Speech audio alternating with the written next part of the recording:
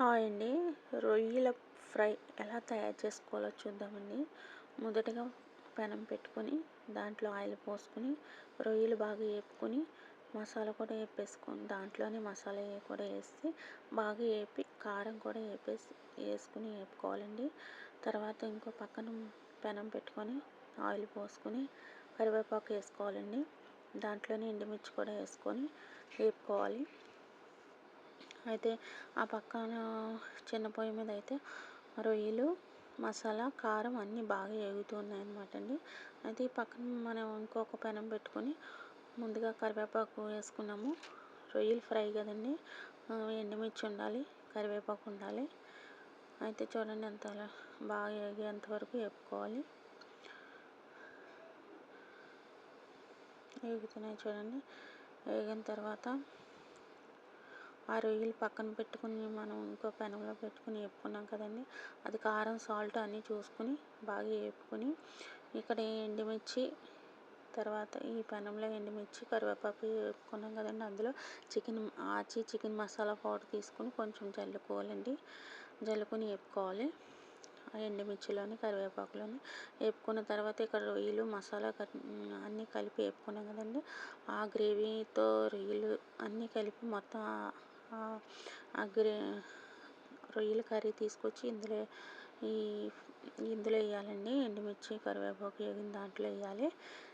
వేగిన తర్వాత మొత్తం అంతా ఆ రొయ్యల గ్రేవీ అంతా తీసుకొచ్చి రొయ్యల కర్రీ అంతా తీసుకొచ్చి ఈ ఎండుమిర్చి కరివేపాకులు వేసి బాగా వేపుకోవాలండి. మనకి స్క్రీన్లో కనబడుతుంది కదండి, చూడండి ఎంత బాగా వేగుతుందో. బాగా ఎర్రగా ఫ్రై అయ్యేంత వరకు మనం వేపుకోవాలి. అంటే ఆయిల్ అండ్ గ్రేవీ కూడా సపరేట్ అయ్యే వరకు కూడా బాగా ఎర్రగా వేగిపోవాలి.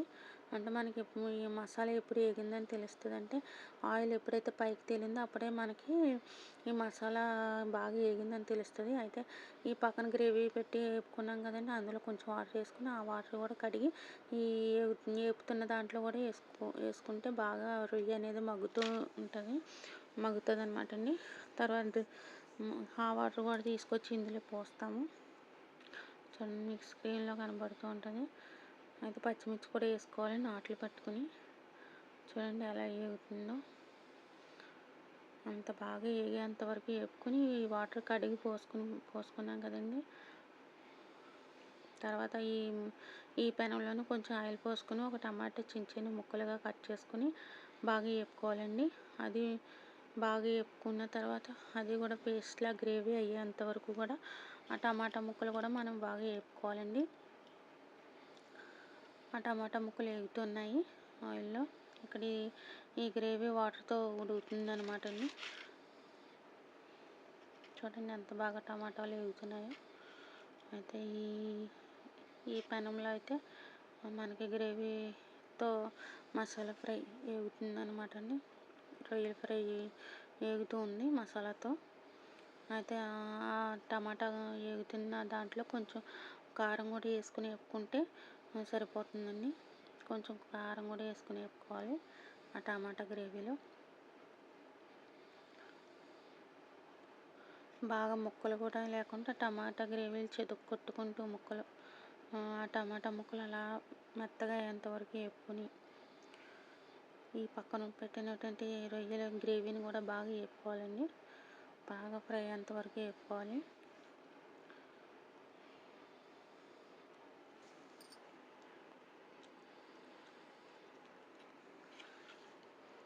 చూడండి కొంచెం వాటర్ కూడా పోసుకోవాలి, అంటే రొయ్య బాగా మెత్తగా ఉంటుంది అని చెప్పేసి మసాలాతో పాటు ఉడుకుతుంది రొయ్య కూడా అని చెప్పేసి కొంచెం వాటర్ వేసుకొని ఉడుకున్నాం అనమాట.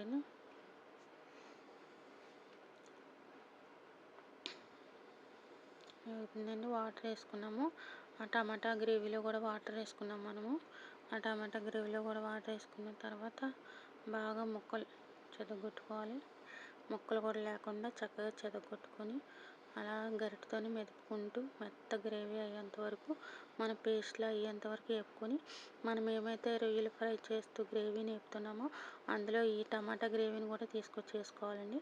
వేసుకొని ఇది అది మొత్తం కలిపి బాగా వేపాలి. చూడండి ఎంత బాగా వేగుతుందో స్క్రీన్లో కనబడుతుంది కదా. అలా వేపుకోవాలి. చూడండి వేపుకున్న తర్వాత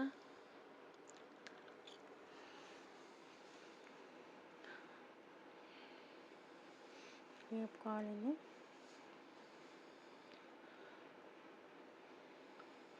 బాగా వేపుకోవాలి. చూడండి ఎంత బాగా వేగుతుందో, క్రిస్పీగా వేగుతుంది. అది చాలా టేస్టీగా ఉంటుంది. తయారు చేసే విధానం పూర్తిగా అయితే చూడండి, ఎందుకంటే మధ్యలో ఇంకా ఇంకొక పౌడర్ మనం తయారు చేయాలి గ్రేవీలో వేయడానికి. అవి మిక్సీ జార్ పెట్టుకొని మనము గ్రేవీ వేగుతున్న దాంట్లో వేసుకొని వేపాలన్నమాట. అది కూడా తయారు చేస్తాము ఇప్పుడు, అది కూడా చూడండి. చూడండి ఎంత బాగా రొయ్యలు ఆ మసాలా చక్కగా ఫ్రై అయిపోయి ఆయిల్ పైకి తేలుతూ ఎంత బాగా వేగిందంటే అంత బాగా వేగింది. అలా వేపాలి. ఒకవేళ మసాలా గ్రేవీ అయినా తీయగా కానీ ఏమన్నా అనిపిస్తే కొంచెం కారం కూడా యాడ్ చేసుకుని వేపుకోవాలి. సాల్ట్ తక్కువైనా కూడా వేసుకుని వేపుకోవాలి. ఇప్పుడు ఎల్లుల్లిపాయలు చూపించారు కదండి, కొంచెం ఎల్లుల్లిపాయలు తీసుకొని మిక్సీ జార్లో వేసుకోవాలి. పౌడర్ తయారు చేసుకోవాలి. అయితే ఈ పక్కన పొయ్యి మీద ఇంకొక మూకుడు పెట్టుకొని దాంట్లో కొంచెం ఆయిల్ పోసుకొని దాంట్లో ధనియాలు బాగా వేపుకోవాలండి. ధనియాలు ఒక గుప్పుడు ధనియాలు తీసుకొని బాగా వేపుకోవాలి. అసలైన ఫ్లేవరు టేస్టీగా ఉండేది ఈ ఎండుమిర్చి, ఈ ధనియాలు, ఎల్లుల్లిపాయలు పౌడర్ చేసుకొని మిక్సీ కొట్టి పౌడర్ చేసిన పేస్ట్ అయితే మాత్రం మనం ఆ గ్రేవీలో కలిపినట్లయితే చాలా టేస్టీగా ఉంటుందండి. అందుకనేసి మనం ఎల్లుల్లిపాయలు ఒక గుప్పుడు ఎల్లుల్లిపాయలు, గుప్పుడు ధనియాలు తీసుకొని మిక్సీ జార్లో వేసుకున్నాము. ఇప్పుడు కరివేపాకు కూడా వేపుకున్నాము. తర్వాత కొంచెం ఆయిల్ పోసుకొని మళ్ళీ కరివేపాకు కూడా వేపుకున్నాము. కరివేపాకు కూడా వేపుకొని మిక్సీ జార్లో వేసుకోవాలన్నమాట అండి.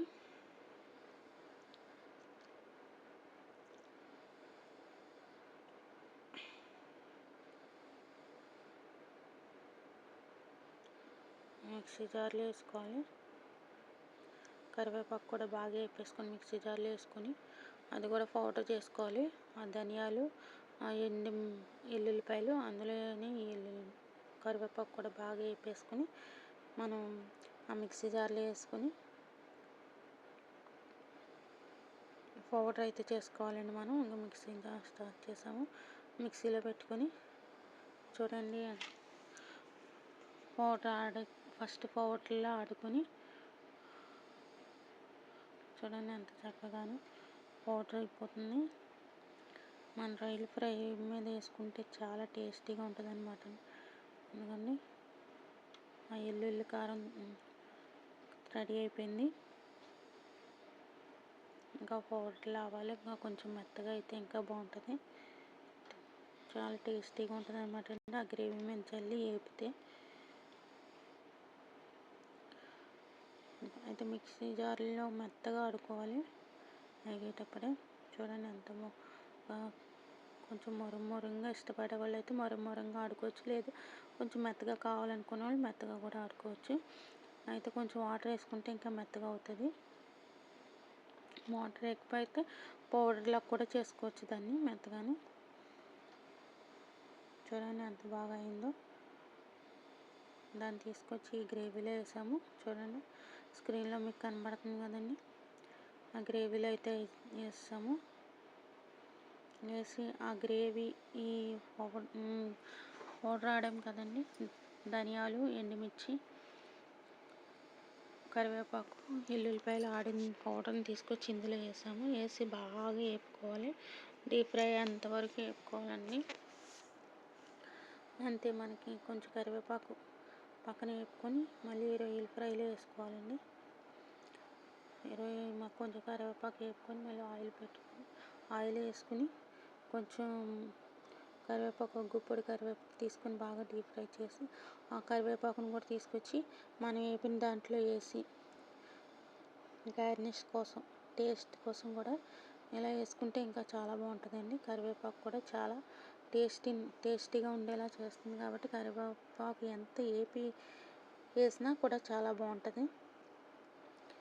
చూడండి ఎంత ఎంత డీప్ ఫ్రైగా వేగిందంటే అంత ఫ్రైగాను. ఇంకా మళ్ళీ రైస్లో దీన్ని కలుపుకొని తింటే వదిలిపెట్టమండి, అంత టేస్టీగా ఉంటుంది. మీరు కూడా ట్రై చేసి చూడండి.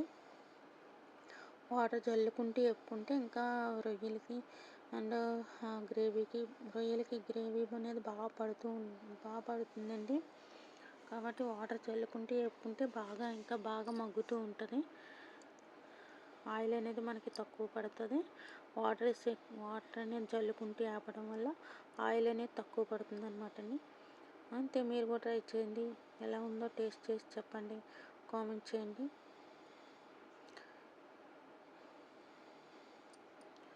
ఎంత బాగా టేస్టీగా మీరు కూడా ఈ రొయ్యల ఫ్రైని తయారు చేసుకొని టేస్ట్ చేస్తారని